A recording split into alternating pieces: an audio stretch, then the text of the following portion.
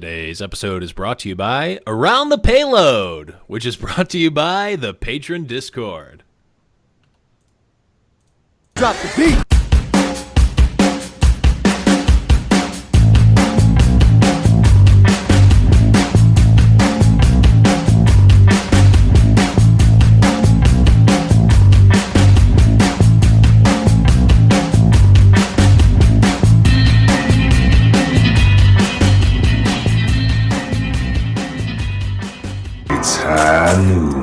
Hello, everyone, and welcome to High Noon Podcast, the competitive Overwatch podcast. I am your host, The Blevins, and with me, as always, is Deathblow. What's up, buddy?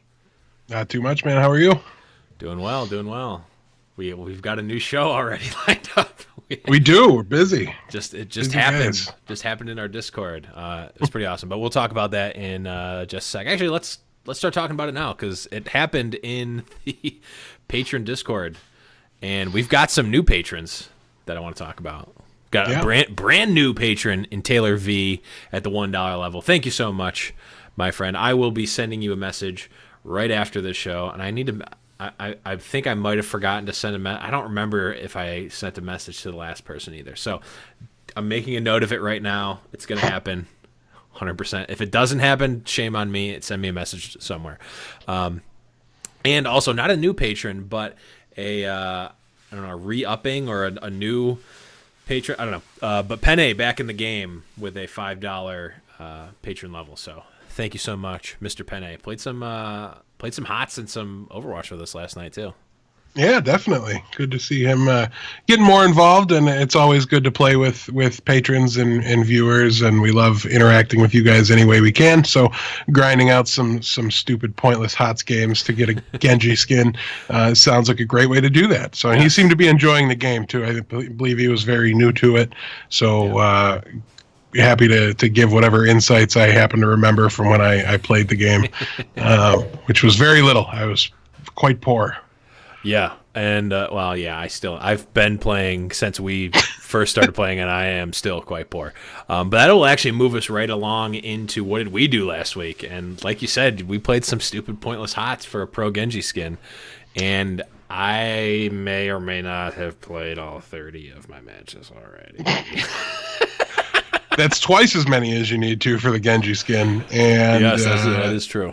So try-harding to the extreme is the Blevins in Heroes this week. That's for sure. Yeah, I've just been having a lot of fun. It's kind of like Hearthstone for me in the sense, and actually someone wrote a Reddit post about this, about how unlike any other game, at least that I've played, you like hate a character at one point and then come back weeks or months later and they just like click for you and they're your new favorite character. That's happened to me a lot of times, actually, with Heroes of the Storm. And it kind of happened to me again now with Tassadar. I've been playing Tassadar, and just for whatever reason, this time around, it's just clicking. And I think I know exactly what it is. It's because of the Mei wall that you can use with Tassadar. The Tassadar Mei wall alt is too fun. I've gotten used to doing that type of play with Mei, and it's easier for me to do with Tassadar, so I feel like I'm doing greater things. If only it would work that way for you on Lost Vikings, which is your favorite character now and before when I used to play. Yes, Lost Vikings. I just like it was a terrible map for Lost Vikings. B, I hadn't played him, and mind you, for those of you who don't know, Lost Vikings is literally controlling 3 separate characters.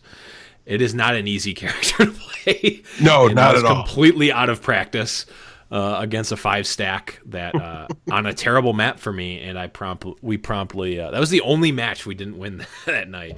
Yeah, we did. Like, despite all of us except for Solus playing absolutely terribly, we were able to win. Apex did pretty good too. Yeah, Apex did well too.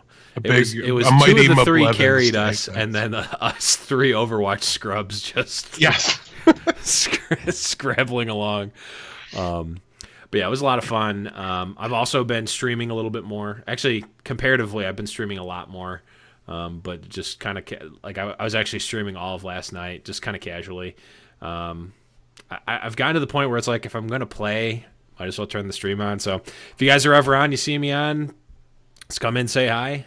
Twitch.tv/The Blevins, which is where you can also find the podcast live every Monday at 7 p.m.-ish. Eastern Standard Time. The ish is variable depending on the amount of pizza I have to eat before. Yep.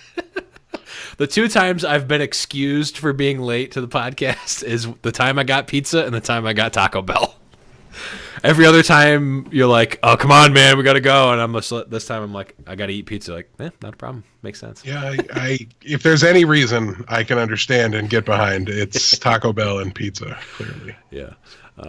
But besides that, anything new and exciting for you, Death?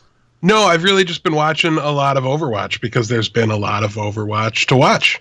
And between that and football, I really haven't played a ton, which is unfortunate. I feel like I never got an opportunity to make a run for Master this season.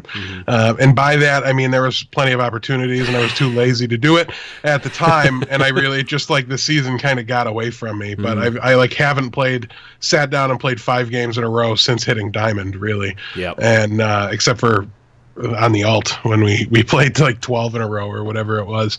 But yeah, other than that, I've just been watching and there's been so much going on with the new patch and everything we're about to talk about for the rest of the episode that we might as well just save it. Yeah. Definitely a lot of fun Overwatch stuff. A lot of good matches too, but or at least one very, very good match. But we'll talk about that in a little bit. Let's first talk about what did you guys do last week. A lot of nice stuff on here.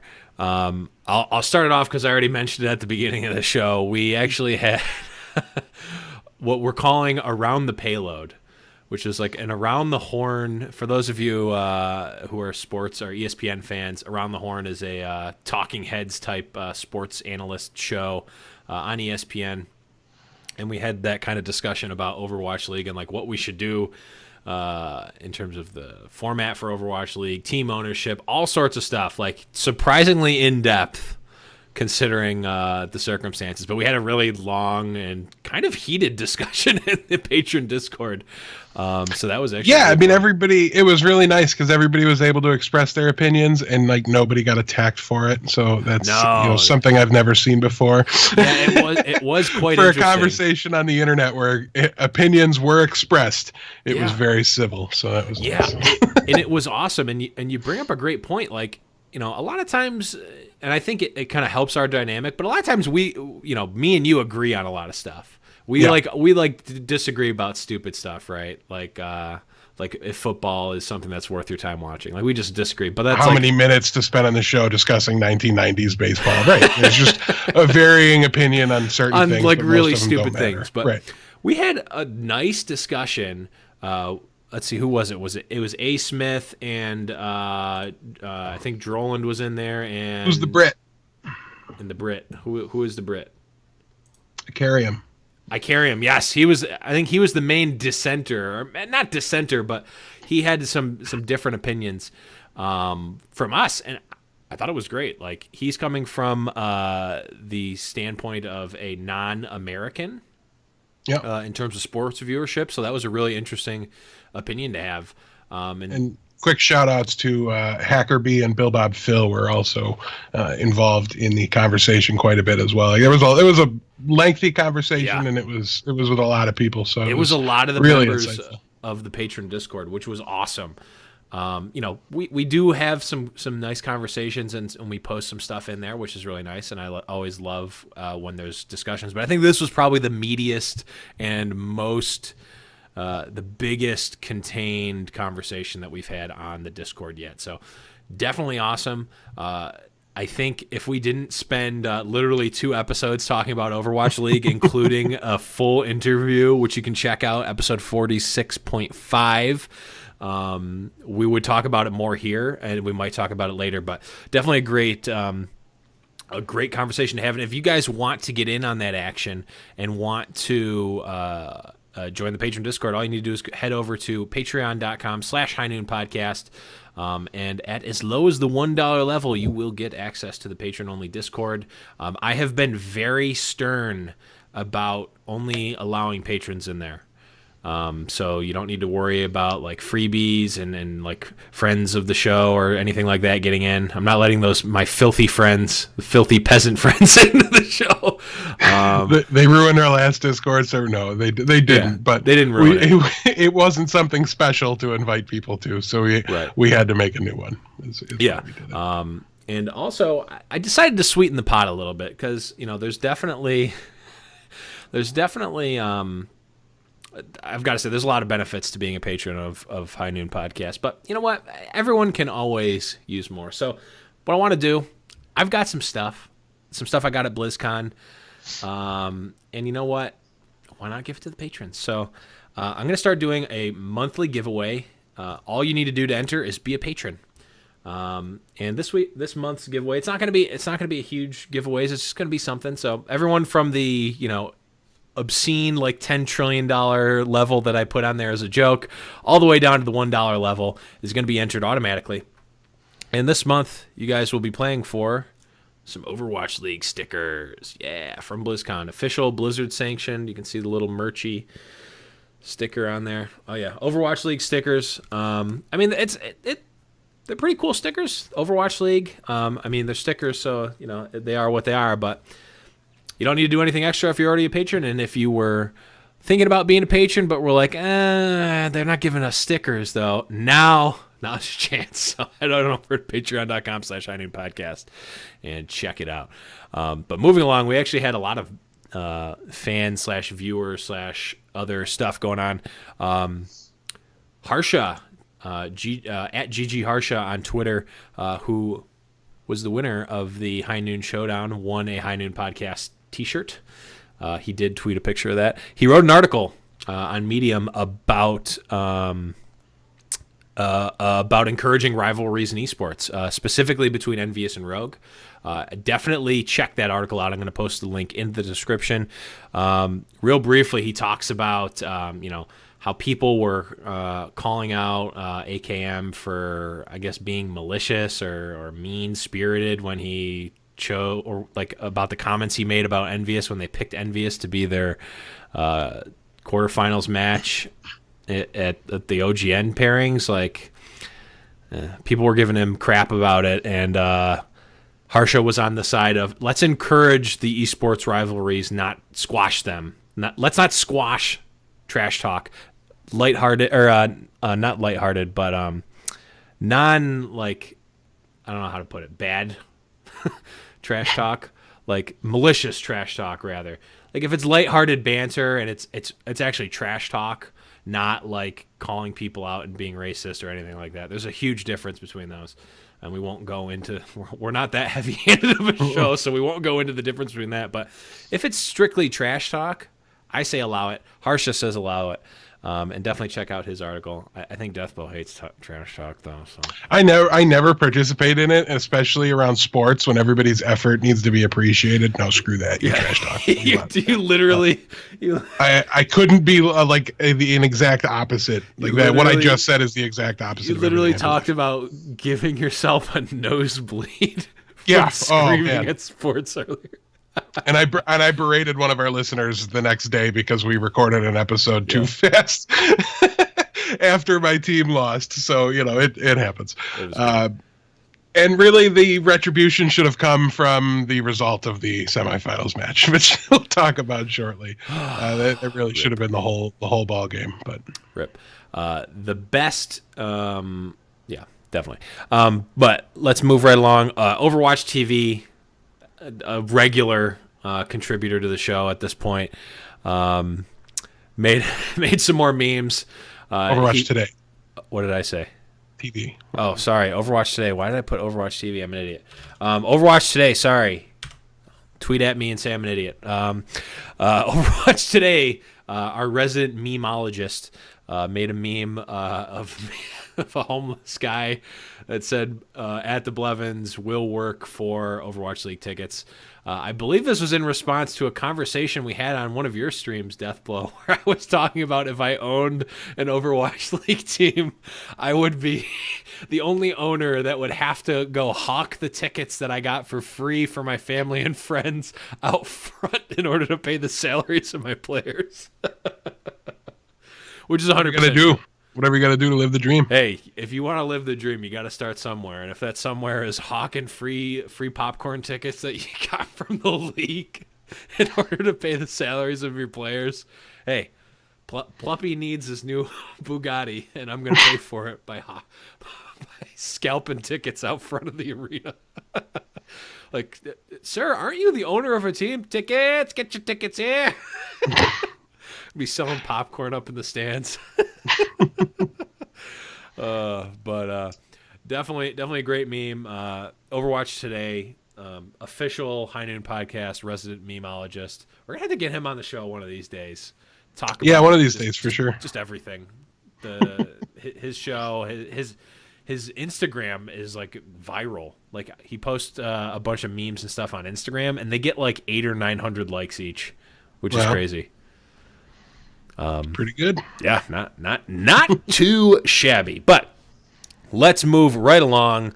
We've got some tournament talk. So I want to start off the tournament talk with a tournament series that I hinted at and talked a little bit about a while ago. And now the regular season of it is now over. It's the EGF Rivalry Series. So full disclosure, EGF is a organization that I write about Overwatch and some other stuff. They work to do college esports and work with colleges to get varsity esports programs into their college. That's the main reason why I started working with them. They're a great company. They're doing a lot of work in the college space for esports and promoting that. So, like, that's a huge passion of mine. And they started their first, I believe it's their first rivalry series, which is basically every weekend, two colleges face off, two rival colleges. The notable one that I saw, Harvard versus Boston University, and they're going to play in like a triathlon of esports. So a match of League of Legends, a match of Overwatch, and a match of Hearthstone. And then the winner of that goes on to the final. So we saw, like I said, Harvard versus Boston University. We also saw UMass, Amherst, and Columbia University, a number of other schools as well. And I wanted to bring this up because the championships are going to be on December 3rd and 4th. I don't know exactly the teams that are going to be in it yet. But I will post the links to that in the show notes. And the other reason I want to bring this up is that if you are a Overwatch player, or I guess a League player, Hearthstone player, at a college or university in the U.S., you can actually sign your school up for the EGF Rivalry Series, and I will post a link there. If you have any questions about that, I know Tyler, the CEO and founder of EGF personally. I can definitely get you the details for that. But if that's something that you're interested in, I know Droland, one of our patrons, is at a college and plays Overwatch for the college team. So definitely, I thought at the very least I could get that. I would talk about this for him. And if anyone else out there is listening and is involved in college esports in any capacity, I'm going to post that link. And if you have any questions, feel free to reach out to us. But let's move on to some of the actual results of the weekend. We had the Carbon Masters event, which not one we usually cover, but there were some really great teams in this one. So we saw the Carbon Masters event, Liquid, Immortals, Cloud9, and Kingdom Esports in the top four of that, with Cloud9 beating Immortals 3-0 in the finals.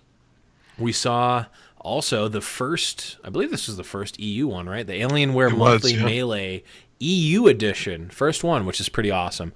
And we saw Ninjas in Pajamas, FaZe, Bonjour, and Misfits.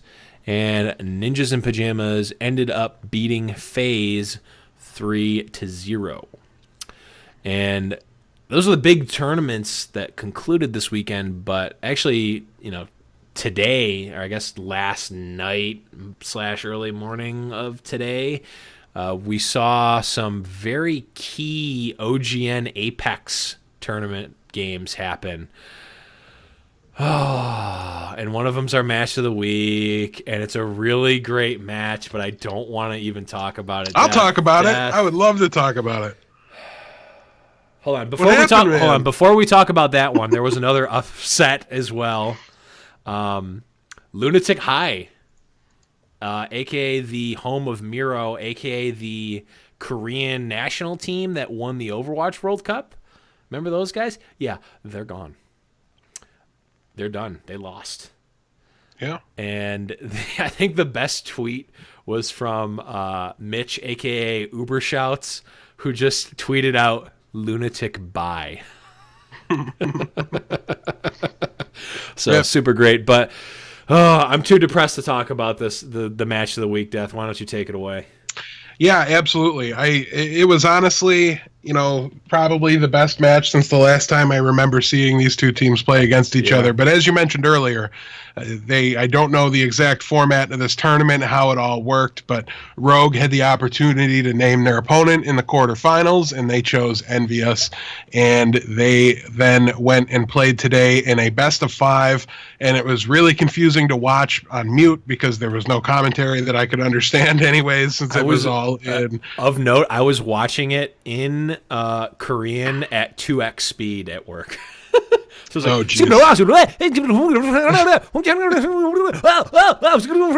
it was awesome. It was like exhilarating. It's like nothing you'll ever experience or ever want to experience. Yes, you're right. I will never experience it. But so the first 3 maps here kind of played out pretty tight. The first map was Ilios, and Rogue managed to take that out. I do believe it went to all 5 points on that map. It was a really, really close game, and I don't have any huge specifics from that one. They were still getting kind of warmed up. Things were going pretty slowly for both teams. It felt like, at least compared to how with new meta too, right?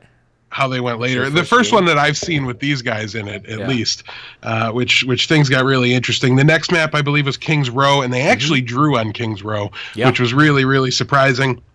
They had to go to a tiebreak, decide things on King of the Hill, which ended up going in favor of Envious. And that map was really, really interesting. I want to say Envy actually completed the map with like 2.5 minutes to spare, and Envy just completed the map with no time remaining. So Rogue had to hold strong on defense in the first point for a couple of minutes. They were able to do so and force things into the tiebreaker. Just didn't work out for them there. Hanamura was the next map. Again, that was a draw, and they had to go into a tiebreak on Koth. I think it was the same Koth map again. It was the same one, yep. Yeah, and it went to 3, because I want to say the best of the tiebreakers were best out of 3. It was just one map. Oh, was it just the one? Tiebreaker was one map, yep. Yeah, it was really crazy. Things were going by really fast, and like I said, for a while I wasn't even sure. Like, it just felt like the costs were like running together. I wasn't even sure how many maps were being played at a time until they had the graphics up in between the maps that really helped me kind of figure everything out, know exactly what was going on. But yeah, nonetheless, Rogue came out of the tiebreaker victorious there. And it was really interesting, and it was about this time when I really started to realize, hey, I was watching it early this morning, so I wasn't all there until the later maps. But I started to notice these guys had to make up for the fact that Tailspin's no longer on the team, right? Yeah. So they had Mickey on filling in. Yep, Mickey, and he played almost exclusively Diva. And he did a phenomenal job. He did exactly what I would have done if Envious would have asked me to play. It's like, we need you to play something, and you can't be bad at it. You don't need to be amazing at it, but you can't be bad at it. I'm like, okay, I'll play Diva. Right. And there were some spots he stood on his head, but what I was really impressed definitely about... amazing. It's just I would have done the same thing. Except I wouldn't have been amazing.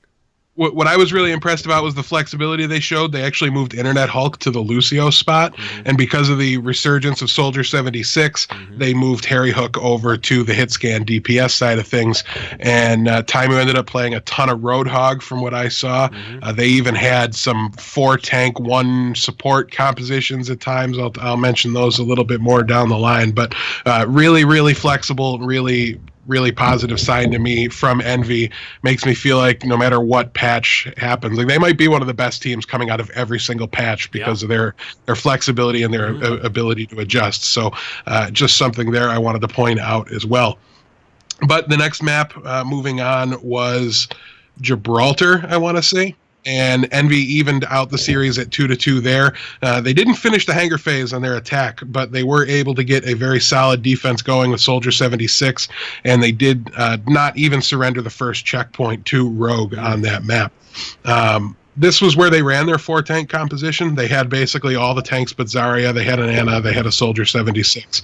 So it was a really interesting take on the heavy tank meta that we've seen and we're starting to be very familiar with. I don't know that I've ever seen Zarya be the odd man out in a composition like that before. Yeah. And the last map here was on Eichenwald, and this is where really Mickey stepped up and I thought did more than just kind of fill in and not screw up. He was absolutely the MVP on both attack and defense when they were attacking at a 4K on the top of the roof in the middle stage.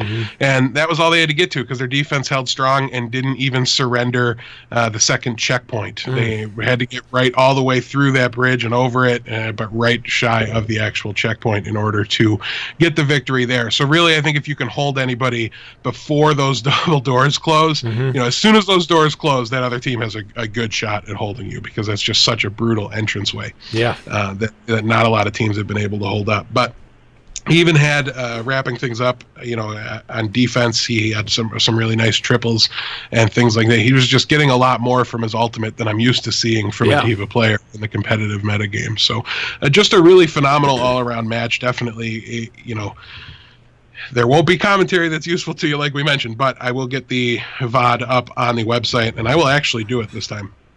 I promise, instead of just saying I will and then forgetting. But yeah, I'm actually going to head over there right now, get that tab open so I don't forget to do it, and it'll be there on Wednesday for you guys to check it out. Yeah, and we're going to be talking a little bit about the new meta in just a little bit, but like you said, I was not expecting to see Diva. I think I mentioned it last episode when I'm like, you know what, Diva got better for sure, but I think she still fails in the places that she failed. Like, her ult doesn't affect. It's so hard to get her ult to affect the position of the game rather than it just being an extra life. And Mickey was definitely doing some crazy things with the ult, using it at opportune places, not just like they're like, oh well, I threw my ult into I threw my ult off the hanger, I threw my ult into the point like everyone and their mother does.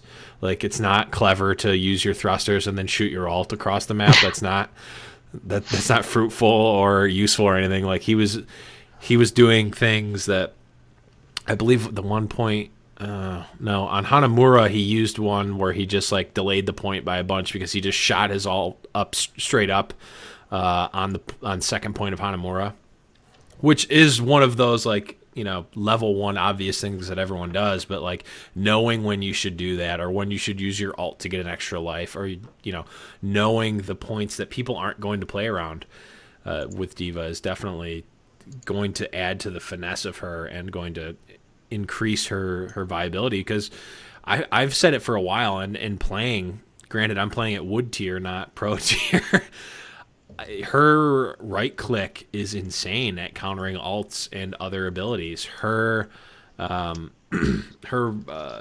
maneuverability, her damage output is pretty decent too. And now that she's got the movement speed buff with her damage, and her health increase, so she's definitely got the tools to be there. I think that she's definitely needs a strong pilot, no pun intended, to be good though. So it'll be interesting to see. To be fair, though, Slasher was really adamant from the very beginning of the Alienware event. You're going to see a lot of Diva in this meta. She's really, really good. And he kept, and he went as far as to call out the teams that were on the screen playing in the games right then. And he's like, well, you don't understand. When the best teams in the world decide to start playing on camera, you will see. and he. I mean, Ninjas in Pajamas is a top tier team. They are. And I don't know to what extent they broke her out and used her. She wasn't really. I've been paying a lot more attention to when and where I'm seeing Soldier 76, or more accurately, when I'm not seeing him and why. Yeah. And obviously everybody's always going to be on that Sombra watch. So it's tough to know exactly, when it's a preference, a style for a player, or, you have obviously the Himsies and the Harblues of the world that just have their Roadhog. They're not going to do it. and it's what the meta is, should be, and what it's going to develop into. And I really think, as we're kind of starting to get into the breakdown of things here, I have this strong feeling that Reinhardt's not super good right now. And if Reinhardt's not that good, you still want to have the ability to shield, right? But Diva is almost a better shield. And the way she absorbs May ults, which are popular now, Zarya grav bombs, she didn't drop out of the meta like people thought. And I didn't necessarily think she should have, but I thought she would, just because of the way everybody overreacts to everything. I really expected her pick rate to drop, and it doesn't seem to have. So I start to wonder if Diva might take over the Reinhardt role a little bit and really kind of change things up, because of the way the damage you can do to a Reinhardt shield right now with Soldier 76 and Roadhog, which are popular in their own rights for completely other reasons that won't, this doesn't affect their gameplay. You just shred right through a Reinhardt shield, and it just feels bad to have one. You don't get the chance to walk down the hallway with everybody behind it getting the protection. It's just gone halfway there, and then everybody dies.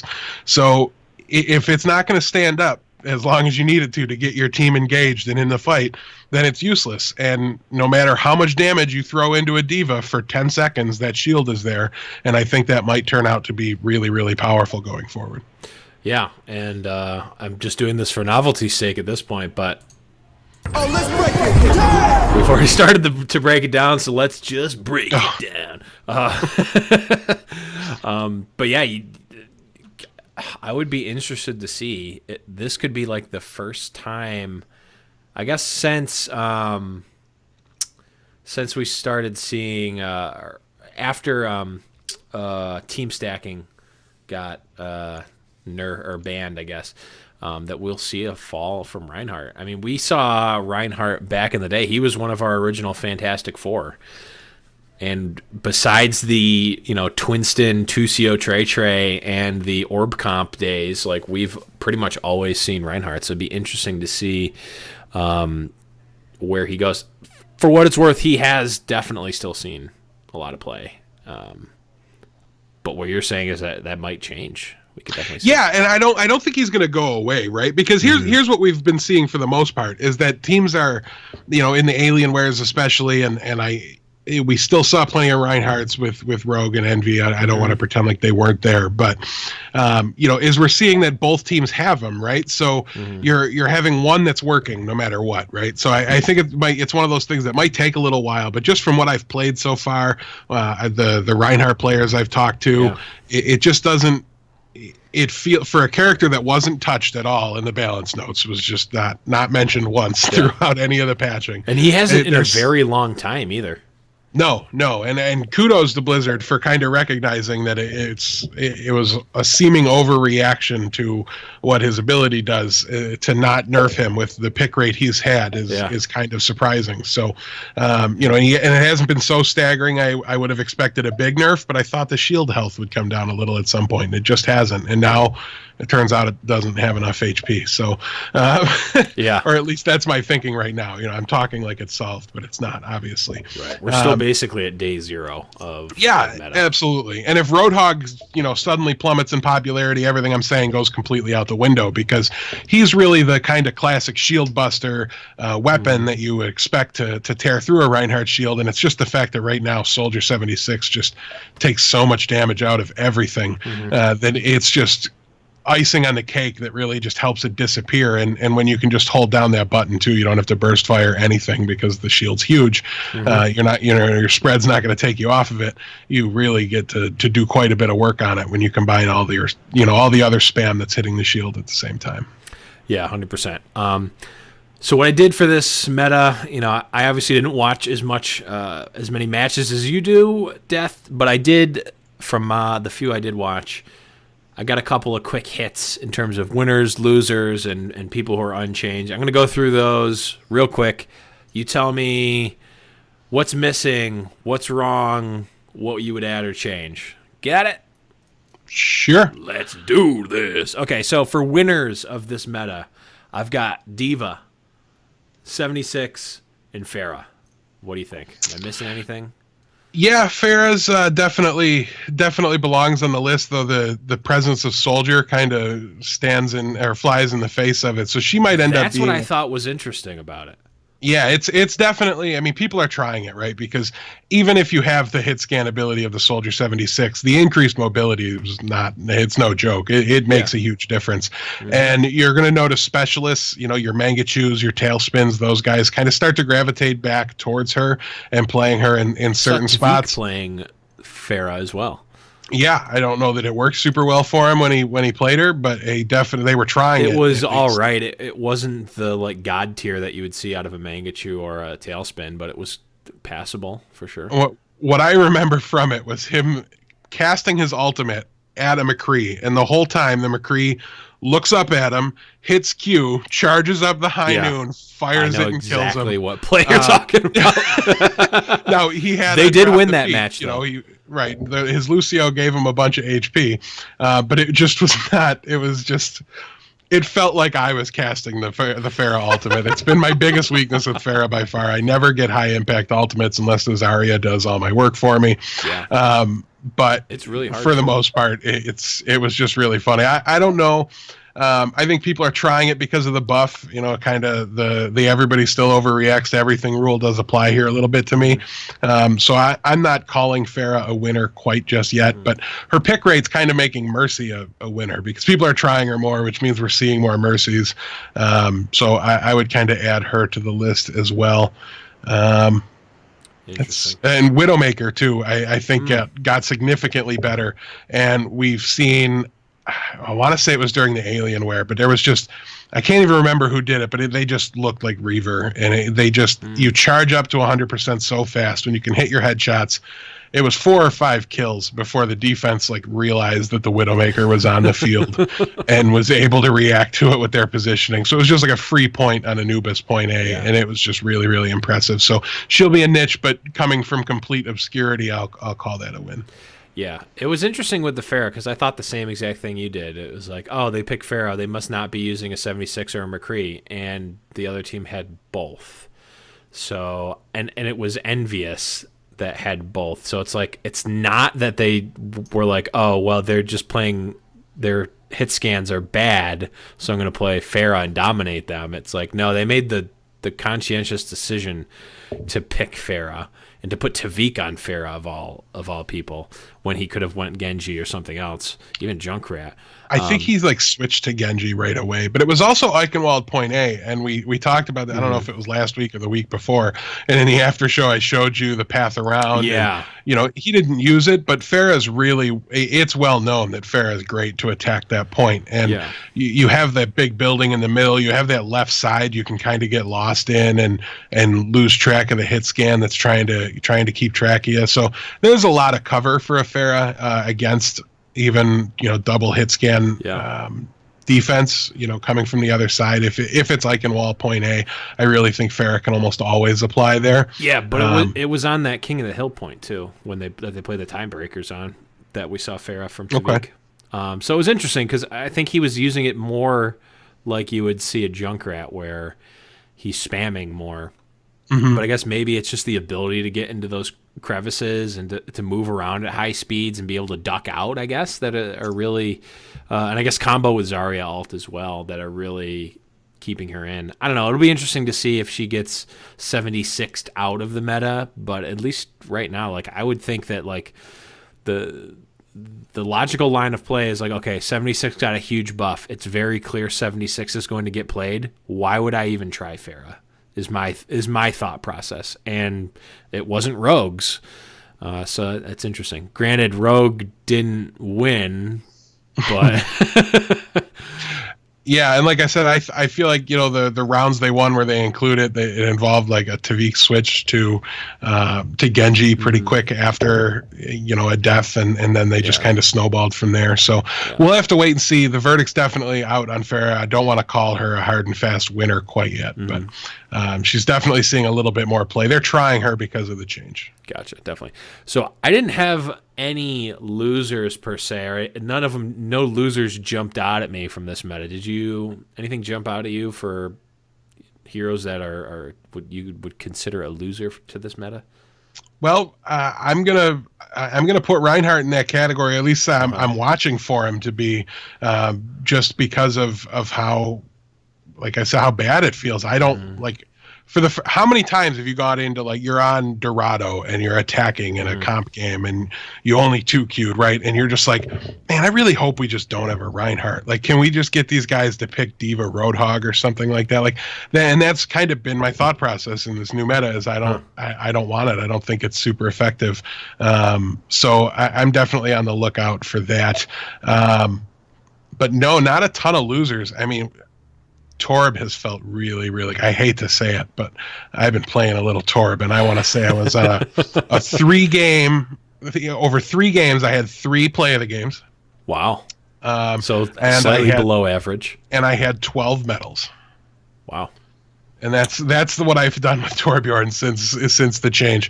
And I don't know exactly what it is because he doesn't feel super different. There's not a lot. I'm not even 100% sure everything that was changed with him, but you're generating without ever leaving spawn. If they just play the scrape corners and try to shoot your turret down, like you're starting to generate armor and really kind of needing a fight to finish before you get any extra value has been his downside. So you almost have to be aggressive against Torbjorns now, which can really lead to a lot of right-click kills for the guy controlling the dwarf instead of the turret. And so it's been really interesting so far. He's definitely not on the loser side, but he's somebody else I wanted to mention. I forgot about him too. Yeah, it's really interesting, especially since, like, right now, like, most people, at least at wood tier or even like mid tier, are playing Torbjorn in the same way, right? They're putting it in that one spot that, like, everyone knows about on one map or another. That's like a pretty decent spot. And they make their turret, and they basically just keep hitting their turret with their hammer, and they don't do anything. And it dies to a Junkrat, it dies to a Farah, it dies to literally everything because they're not moving. They're just keeping their turret there and hoping that their turret's going to overpower everything.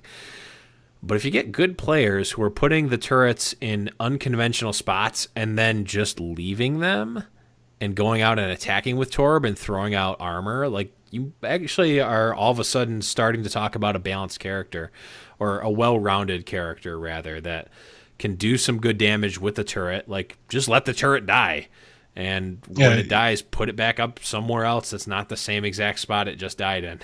Yeah, here's Torb 101 for you guys. So you have a doorway, right? Your choke point, and on the right side, you put your turret, and then you go stand on the left side. And then when they come through the door and turn their backs to you because you're on the opposite side of your turret to focus your turret, because they'll do it 9 out of 10 times. That or they'll die to the turret. You just get to unload right clicks on them and left clicks on them and headshots, and you can kill them before they can take your turret down. And if they do, it doesn't matter, because with their back to you, you should be taking out 2 of them in exchange for not even one of your players yet. So all the while passively generating scrap. Yes, and in the regular fashion generating scrap, although I'm pretty sure it's significantly less, but it's less, I think, something like that. Okay, yeah. All I knew is it felt way less when you picked it up, but it didn't matter because I had it when I already had it on me by the time I'm going around to pick everything scrap up. On his own now. Yeah, and I mean, I don't want to call him in the meta, but we did see him a little bit in the Alienware. People tried him, didn't have no success. I mean, there was like a 2.5-3 minute hold that involved a Torbjorn on like Numbani or something. Like, there might have been Hollywood. So it's very reasonable that he makes some appearance again, but we'll have to wait and see. But not too many outright losers. Like, it really it's weird to say and knock on wood that I'm right, but it feels like we're in a good spot where almost anybody is decently viable in the right spot. They're at least a niche pick. So yeah, one thing, and I didn't want to call this a loser either, even though the first professional appearance of her was definitely a loser situation. But Sombra, have we really seen any amount of Sombra in a significant way? I know the very first pick of Sombra was at the OGN, one of the OGNs last week, like early on, and it died. The Sombra died in like hilariously quick fashion. Well, one thing I can tell you is there was a match early on in the Alienware. And it was, I'm trying to get to it so that I can just give you the team names, but the Gosu page is being a little goofy on me. So, but anyways, yeah, they basically ran out a very different strategy that I'm used to seeing. It was a lot of fun to watch. It was really kind of a variation on a dive comp or your traditional Koth, and we saw it on both Koth and Payload. So there's clearly strategies to do it. But it was Tracer, Genji, Sombra as 3 DPS, and then you had your 2 supports and your 1 tank. So they're really just kind of, she's a backline like Tracer and Genji already. So you're just adding another weapon and another wrinkle or headache into this already valuable and well-used composition. So, there were spots too, I think especially on Koth, we're going to notice a lot of Sombra. The command center point of, I believe it's Lijiang Tower, where you have the elevated server room, you have the outside balcony. Yep. One of these days we'll remember the names, though I hear commentators still screw them up on the events, so I don't think people are too mad at us about it. But the popular plays of Tracer and Genji are good because of the placements of those health packs, and the ability to hack them and shut them down is really, really detrimental to what a Genji can do and a Tracer can do to get in and get out. And so it's really, really interesting. Also, Sombra's going to have a place because Lucio's just seeing as much play as ever, and nobody's really caring what they do. And if you happen to EMP immediately after a Lucio drops the beat, all that health just kind of disappears. So it's pretty savage to counter a Lucio, and there's not really been much of a hard Lucio counter in the game so far, and she's really the first one that we've had. So it's going to take some time, and I think we're going to have a little bit of an Ana. It's probably a trend here that the new hero is not going to make a big splash in the tournament scene right away. The only times it probably will is when there's been an error on Blizzard's part, and they're going to fix it very, very quickly. So it's probably going to take something stupid, overpowered to sneak through the initial testing and the PTR phases, like Soldier. But it's going to take something like that to bring a new character in, because what we're seeing is these teams are scrimming and they're practicing for their events, and then this character comes out. They're so far not scrimming and practicing on the PTR, which personally I view as a mistake. I don't know why you wouldn't just fast forward. I was floored when Mangachu told us that they had one and it was weird and everybody just kind of played the new character or did whatever, and it wasn't a big deal. But he was miserable because everybody was nano boosting Genjis all over the place, and he hates Genji. It was it was weird to me that people weren't doing that. And when Ana came out, I was scrimming and I was trying to get a team, and anytime Afterthought was scheduling a scrim, it was, are we doing this on live or are we doing this on PTR? Any live server scrims, I almost didn't care about. I was like, these are dead to me. Useless. I'm not entering a tournament this weekend, so what am I doing here? Why aren't I just going and living in the future and getting a head start there? And no opposing teams wanted to go. That's so crazy. I mean, we come from the philosophy of we're going to be writing down the new spoiled magic cards in permanent marker on basic lands weeks before they come out, and then play testing that format, and not before the rest of the cards in the set are even spoiled. Why would, unless you're playing this week, like you said, why are we testing an old format, a lame duck format? What's the point? Every second you spend playing with the cards from the next set, even if, like you said, we're not waiting for the whole set to come out before we're proxying up these magic decks with the new cards. We'll have one card spoiled from a new set, and we're already trying to fit it into decks and make it, because every minute you spend on the new character with the new cards in your hand, thinking about them, playing with them, everything makes you infinitely better. Think forward. These teams need to be doing that, and I don't think they're doing that right now, and it's disconcerting, but at the same time, as long as they're all doing it, nobody gets an advantage. So except one of these days when we start our team and I'm outside and we hawking the popcorn tickets. And I'm inside coaching, dealing with the spoiled team that you drafted. With the highest payroll in the league. Highest payroll in the league, and me as their literal personal butler / boss.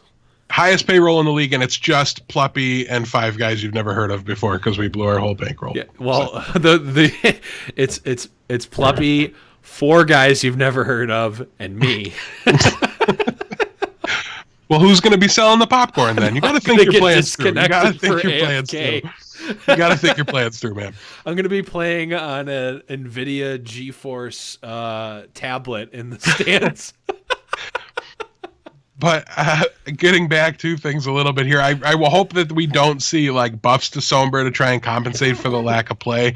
I'm really hoping they just kind of let the teams figure it out on their own and trust that they will, just because it's just like we talked about it last week, and pretty much every time Sombra's been mentioned since BlizzCon is I get really nervous about these balancing of these stealth heroes. And right now, if everybody thinks, oh, she's not playable, but I mean, we've seen McCree get nerfed, and then everybody just leaves him alone and assumes he's terrible for 3 months, and then all of a sudden our tier picks him up, and then everybody's just like, wait, you can do that with him? So everybody starts playing him again, and then they have to nerf him again because people suddenly realize that they've just been silly this entire time.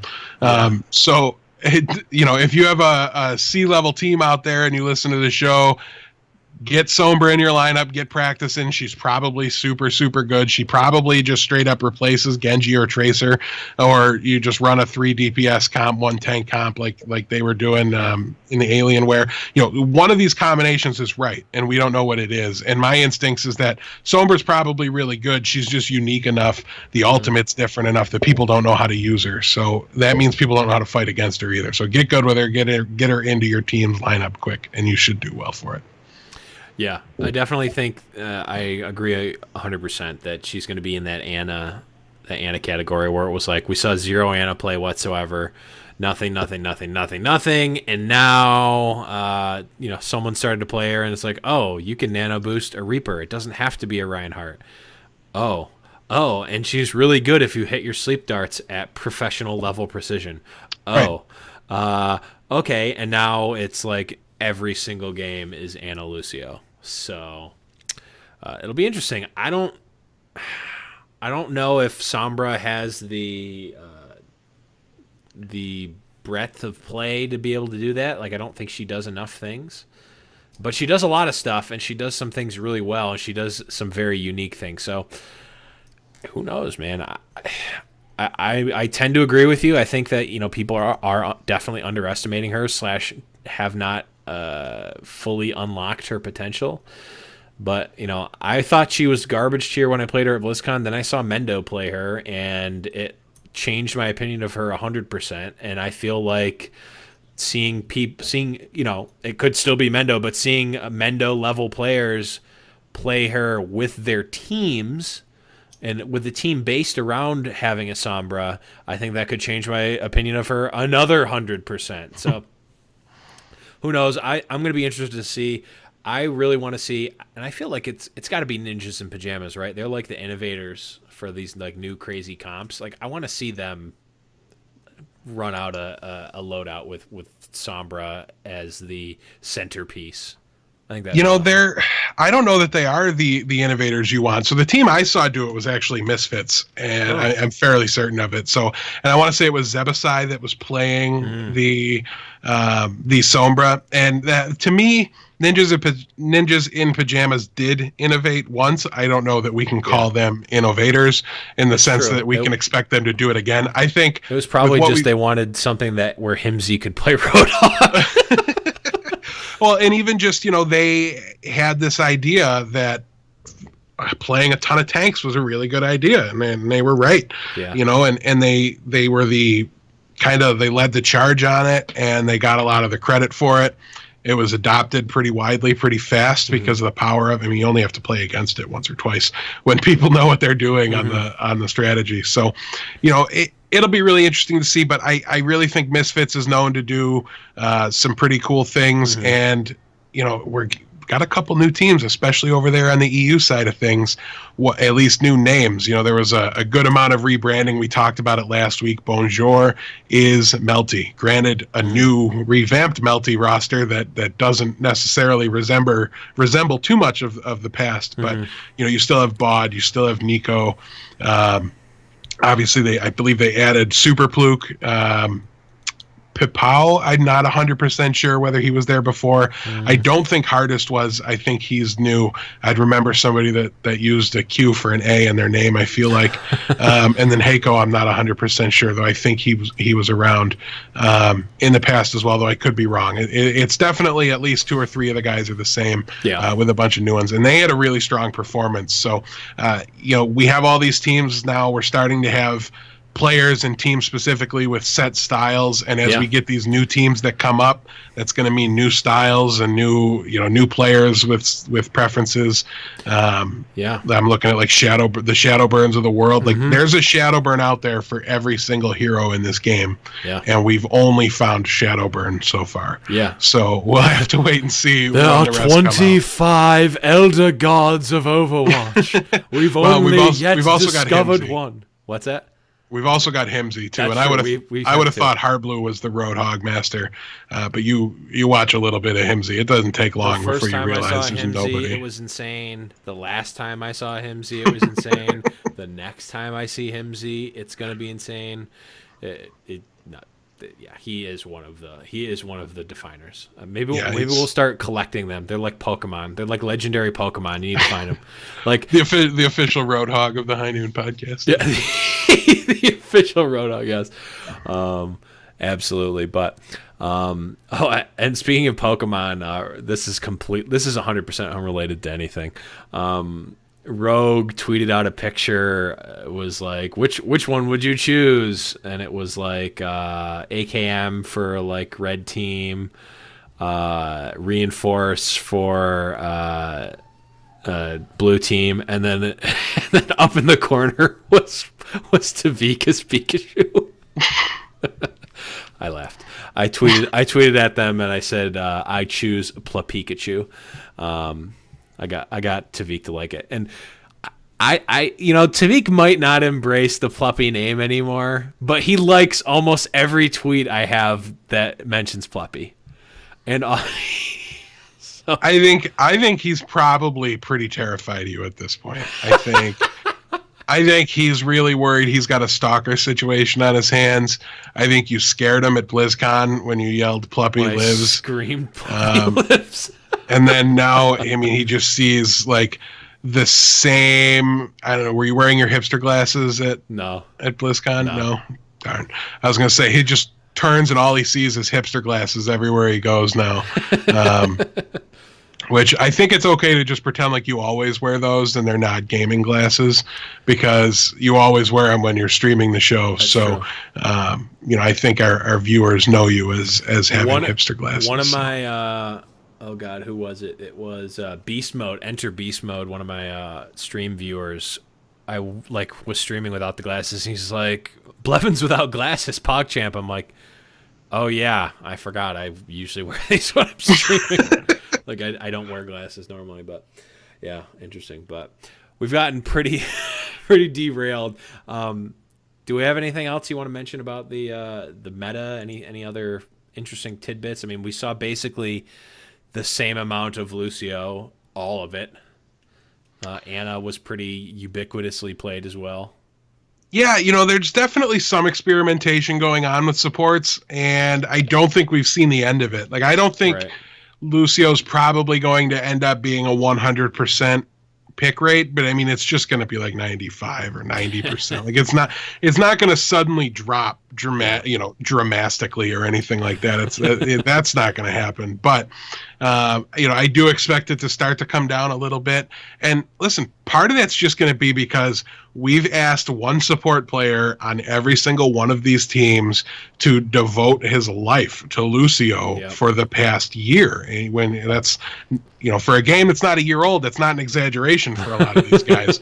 So, they're pretty stuck in that role right now, and if they want to be performing at a top level and be absolutely confident in what they're doing and have their teammates used to what they're going to be doing, then they're going to have to stick with Lucio for the time being. So it'll take a little longer to pull him out of the meta, but I do think he's going to drop a little bit, but again, not much. Like, it's going to settle to like maybe 85-90% at the lowest. So yeah, it's see. Very interesting, Lucio, because he's like basically a mainstay no matter what you do to him. As long as he gives any amount of speed boost, he has to be played.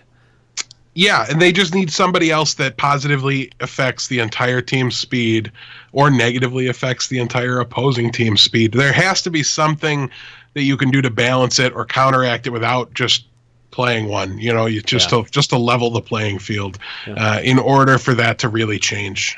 So we'll have to wait and see. But yeah, I think that's pretty much it. Yeah.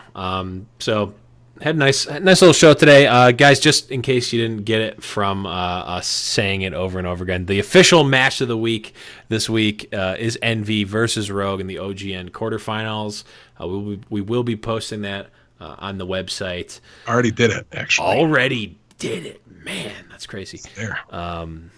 One other thing I wanted to mention earlier, couple of links I want you guys to check out. I will put them in the link of the descriptions, or links in the description, or the show notes, whatever you want to call them.